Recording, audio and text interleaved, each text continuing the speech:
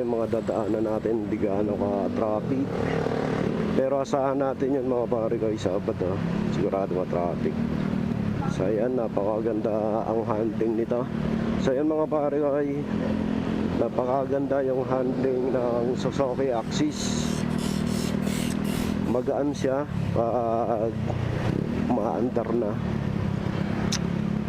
Tapos tipid pa sa gasolina. 57 kilometer per liter. Tsaka yung shock niya napakaganda ng bounce. At saka ang kapit ng brake ng preno niya, yung CBS.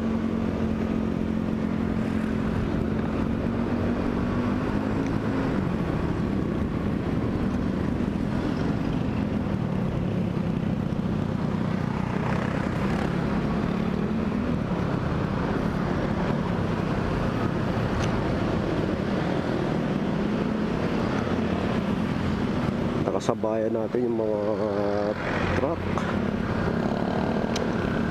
Maganda to si Axis sa mga city driving, tapos sa mga ganitong ka-traffic. Pag 5-6 yung taas mo mga pare ko, hindi ka masyadong tip 2. Ako kasi 5-5 ako, tip 2 ako. Kaya doon sa dulo ako nakaupo. Pag sa traffic,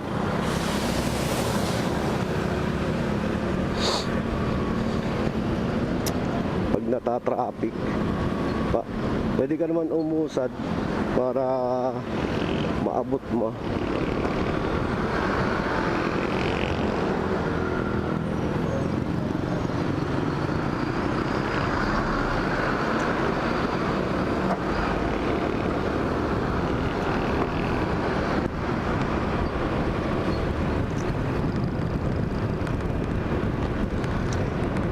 Ang ganda niya ay pang long ride.